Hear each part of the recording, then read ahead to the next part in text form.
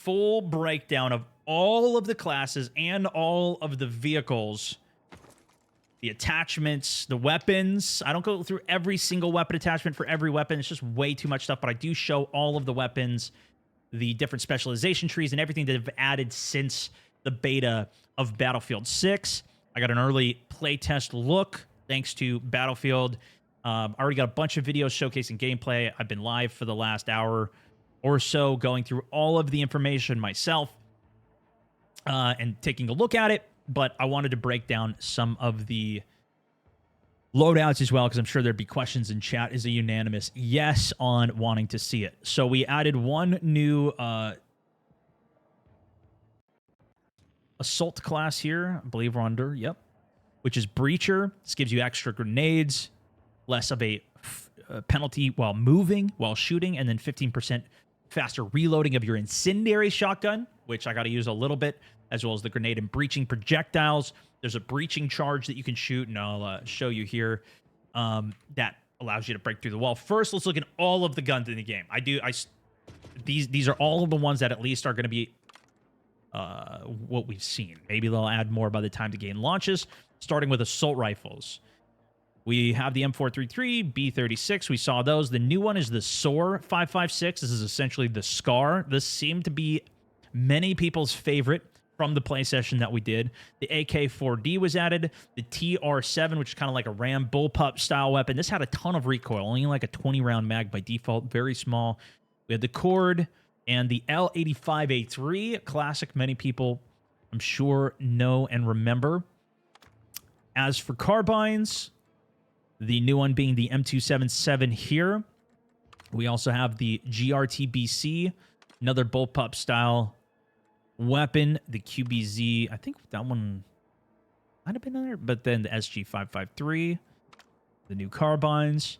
SMGs, you guys you'll recognize the MP5, the PW5A3 it's called here. We already saw a couple of the other ones with the UMG40, got the UMP, P90, it's called the USG90, the KV9, essentially a Vector, the SCW, and the SL9. This one had, if I remember correctly, quite a large magazine. LMGs, we've got the DRS, the M60, the RPK, M123K LMG, the M250. This is the one that I got to try. I love the M250, so I ended up running this one. I really liked it. KTS we saw on the M240 as well. DMRs, we recognize two of these. The new ones being the LMR27 and the SVD. Another all-time classic. Two new snipers, the bolt-action snipers. We've got the SV98 and the PSR. I go through all the attachments. Those new snipers now have a anti-glare coating as well as a long-range ammunition option. That is in my sniper video. I'm breaking things down more there. A couple new pistols added to the game as well, including a revolver. The M44, it's called. Look at all these toys to play with, man.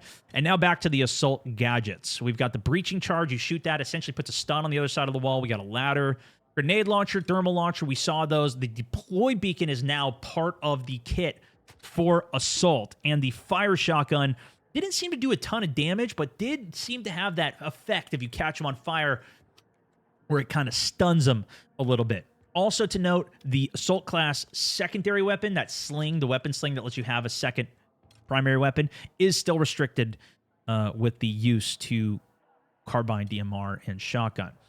New weapons are added was the sledgehammer. I showed that a little bit in some of the gameplay. This lets you break through walls. Anything wooden, drywall, you go right through it.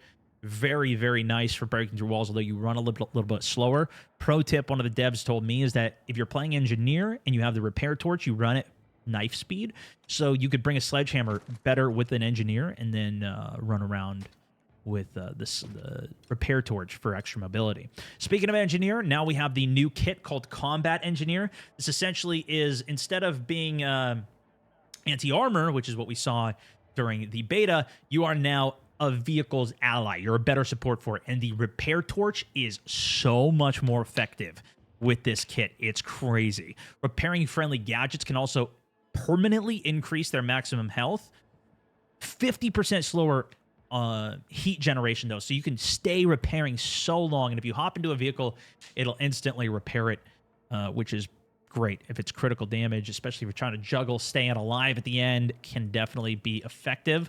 I already showed all the SMGs at the beginning here, so now getting to the weaponry, we get the auto-guided launcher. You just shoot it, dumbfire it. It'll kind of automatically lock on. It moves a little bit slower. Of course, we got the Stinger RPG. We got the Javelin. This has a really good thermal sight on it, so even if you're not looking for targets, you can still use it to look through smokes or spot targets on the battlefield easier. You do need to have a lock on ground vehicles with that, and the AT rocket is kind of the guided rocket that you can do. The supply crate, you toss that one down, it'll resupply vehicles. The PTR, this is like we saw that in the beta, shoots up, hits the weak spots of the vehicles. These are other mines for vehicles. This is just AT mine, pressure sensitive, and this is I think it's a sound-based one, the SLAM.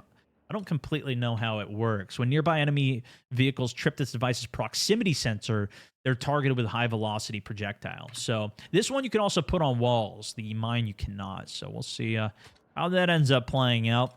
No smoke grenades for the class, though. The support class is the only one with that. You got the grenade and everything on it. Now, I accidentally skipped the actual support class here. Oops. They got a really cool fire nade. And I can probably find some of that. Maybe I'll try and find it at the end here. But we're going to get to we'll go through Recon, and then we'll get to the vehicles in a second. As for Recon, we have the laser designator. This thing is super cool. You can actually just put it on the ground. I showcased a little of the gameplay of that already today, as well as in my sniper full video. I show it. You can use and remote control the tripod designator when you put it on the ground, or just hold it, zoom in, paint a target. You do have to manually paint it, but if you paint it, it lasts for a little while. Recon drone is unbelievably good at spotting the entire battlefield with thermal optics. Scan the entire horizon and just spot everything, auto spot it all. It's crazy. You really need to combo it with other people who are actually playing decently, but if you're not going to be playing decently yourself, a very good idea to use it. The tracer dart is crazy good at marking targets from very far away. Again, though, you got to have an engineer who can take advantage of that painted target. You got claymores you can put down. The sniper decoy is actually more than just a head.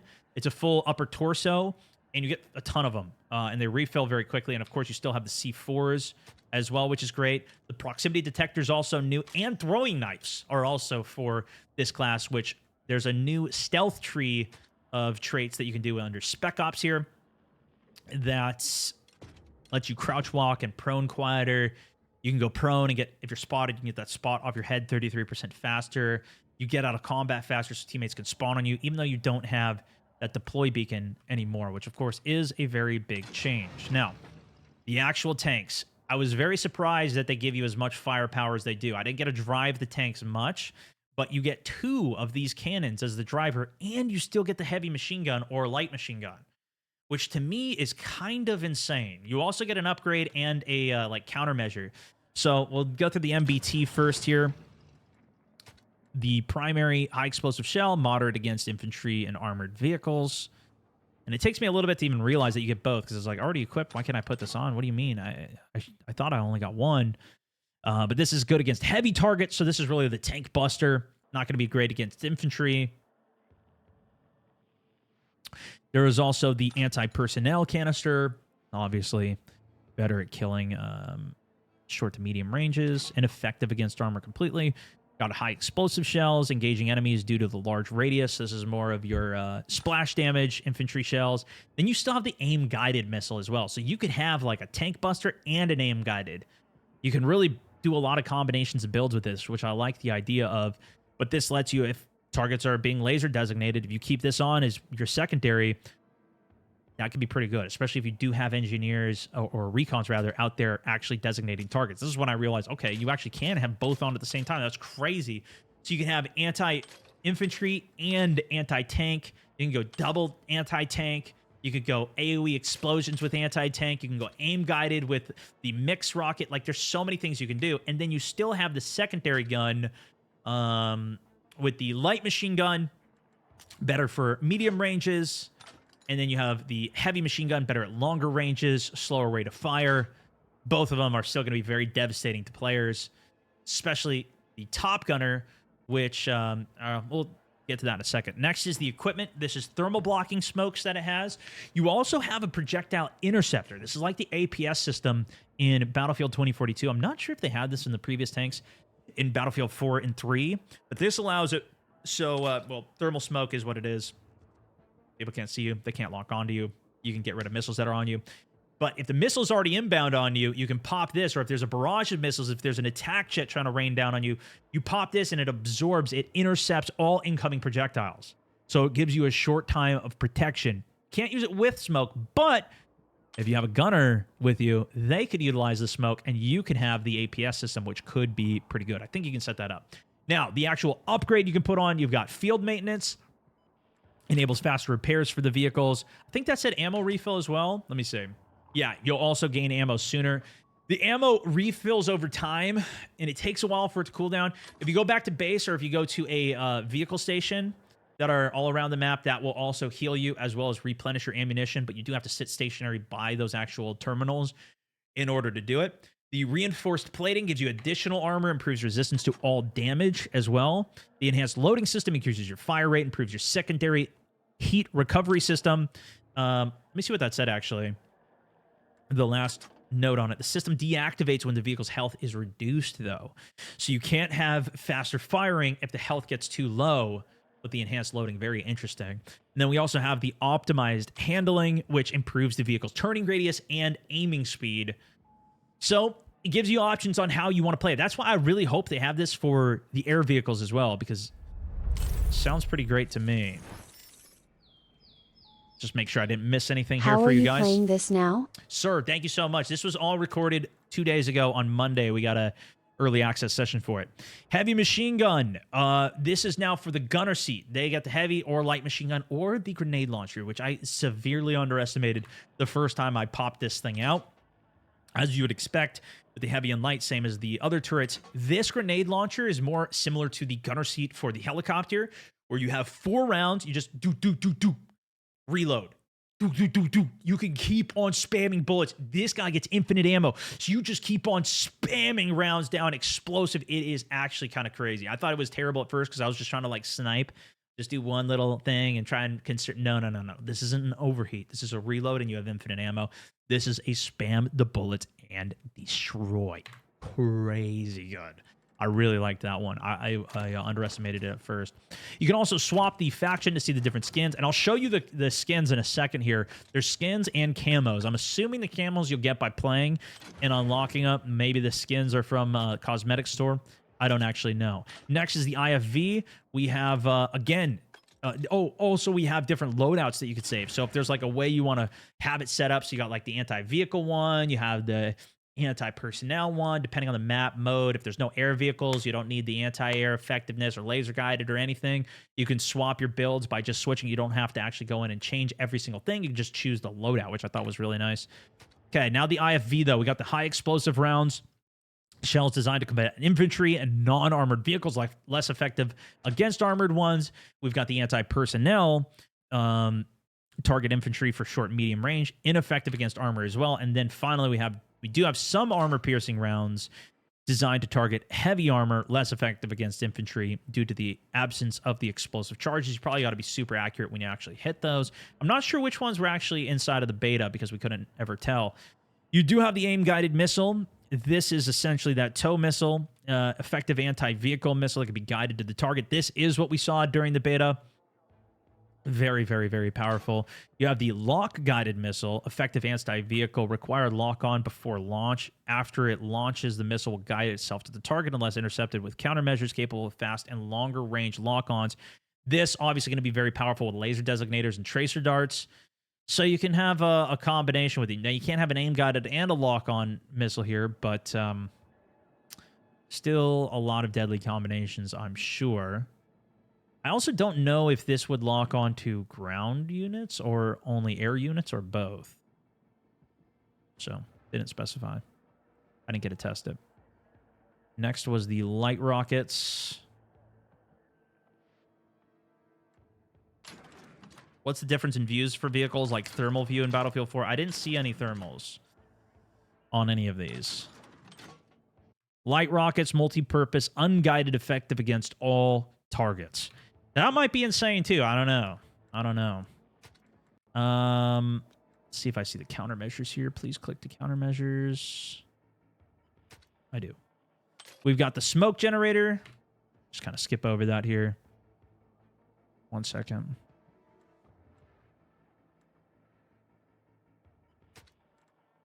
I'm already moused over the other one. Discharges a cloud thermal blocking. Okay, so it is the one though. Hold on.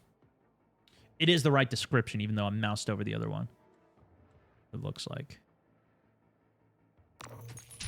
Yeah, smoke generator emits smoke continuously to obscure the vehicle. Can be laid down by while vehicle is driving to create a smoke wall. Hey, my guy Stars from Holiday in Santorini, Greece. Yo, hope you're having a great holiday. Blocks the ability to spot targets and clears spotted markers from all infantry inside the smoke. But it doesn't mention anything about blocking lock-ons. It's more of a visual.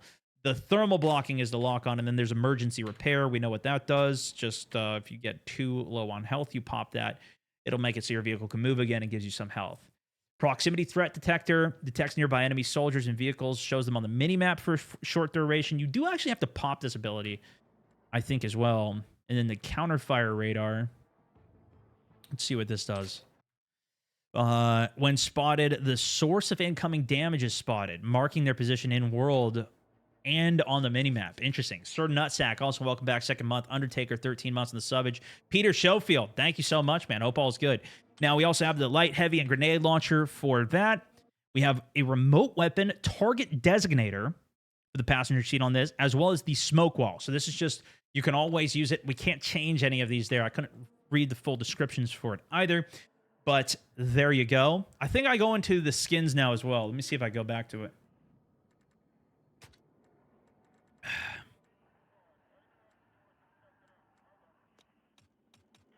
Some things I did think were passive, and they ended up not being. So I'm not 100% sure if it was or not. So we can put a decal on the vehicles. Then we also have skins that does change the outside of it. And I didn't even realize it at the time there, but there's also camos, and I'll show that in a second. We're going to go back real quickly to the first tank, the M1A. This is actually a camo that you get from Battlefield 2042. So if you guys are doing the Battlefield 2042 progression, this is the skin you're going to get for your tank. Looks like there's a kind of cool ghillie one there as well. With decals on all of the vehicles. Transport vehicle, you can't change anything there. Now over to the anti-air. Let me skip back real quickly here. I kind of went through that a little too fast. Multi-purpose, a shell to combat aircrafts, ineffective against armored ground vehicles. We've got the high velocity. This is quick firing rounds against fast-moving or light armored vehicles, ineffective against armored ground vehicles. So this is good for like infantry vehicles as well as jets, obviously. And then there's the anti-armor rounds, slow firing, high damage against armored targets, most effective against slow-moving aircraft. So if you see the heli and hit this with it, might even one-tap it. Ineffective against ground armored vehicles, though. So even the anti-armor is anti-armor AA, not anti-armor ground. We got the emergency repair and smoke. System upgrades is the optimized handling. System upgrade, the enhanced loading, faster reloads, and the target jammer, slowing the enemy's lock on. Clears the vehicle's spotted status, reduces its heat signature. And then you couldn't change the last one. We're just doing a quick go through of all the loadouts. Chat wanted to see it here. So we're seeing what we got now.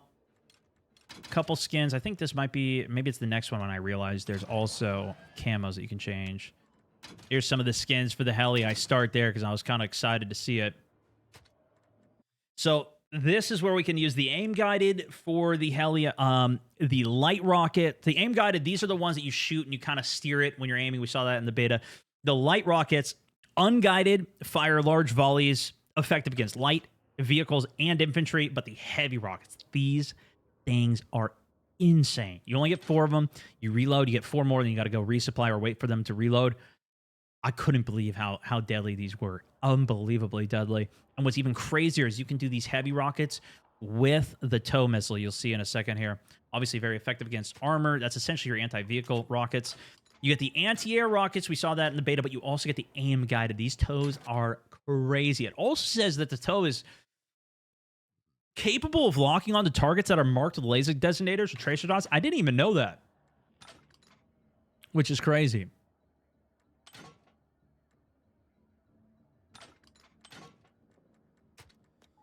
You could see only flares were available. We couldn't switch to ECMs, and this was the good stuff. So we had emergency repair, or we had the ground target designator. That was the thing. I put that ground target designator on, and that one I did have to activate. It seemed like when I was playing it later in the day. This target designator tracks and identifies locations of infantry and vehicles. Attack helicopter is more vulnerable to lock on weapons while active as well. Right, so that's what I mean. Like, if you pop that, you're going to figure out where people are, but now you can get locked easier, too. So, kind of dangerous. These are the cool things, though. So, we got the radar system enabling your air and ground. I think this is the passive one, detecting vehicles in a larger radius around the helicopter.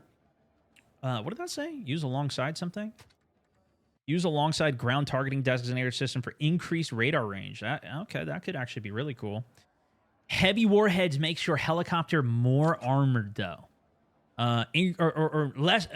heavier to move. It diminishes the aircraft's maneuverability, but increases the blast radius, lethality of primary weapon payloads, as well as gives you increased ammo capacity.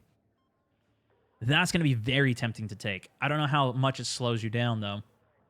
It's going to be very tempting to take. Interference makes it so you're harder to lock onto, as you would kind of expect. Clears the aircraft's mark status, system deactivated.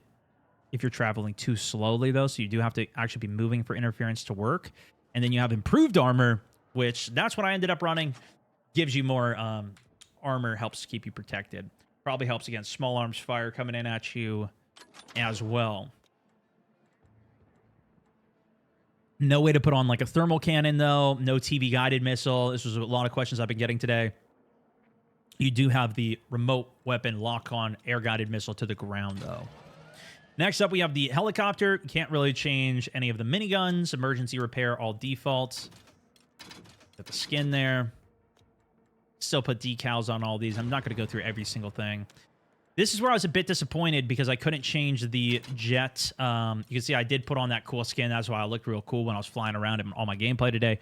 This is when I realized, okay, there's a lot of camos here. What is this? I'm guessing you'll get these from progression. From playing the actual thing. Maybe the skins are from the store. I don't know how that's going to be set up, but you can do that with a decal. No customizing any of these. I really hope that is going to be a thing by the time the game does come out. And we have the customization, because there's so much great customization for the tanks and everything. It looks good. I also hope we get a little bird too, but we have no sign of that either. No sign of any boats either. But that is the full overview, guys. So if it was good, give it a like. I know it was a lot of stuff.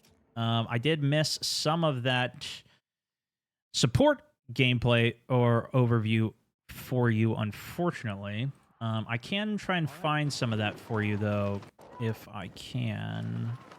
When I ran support here, I know I do overview it. Those of you guys who are sticking around with it to the bitter end.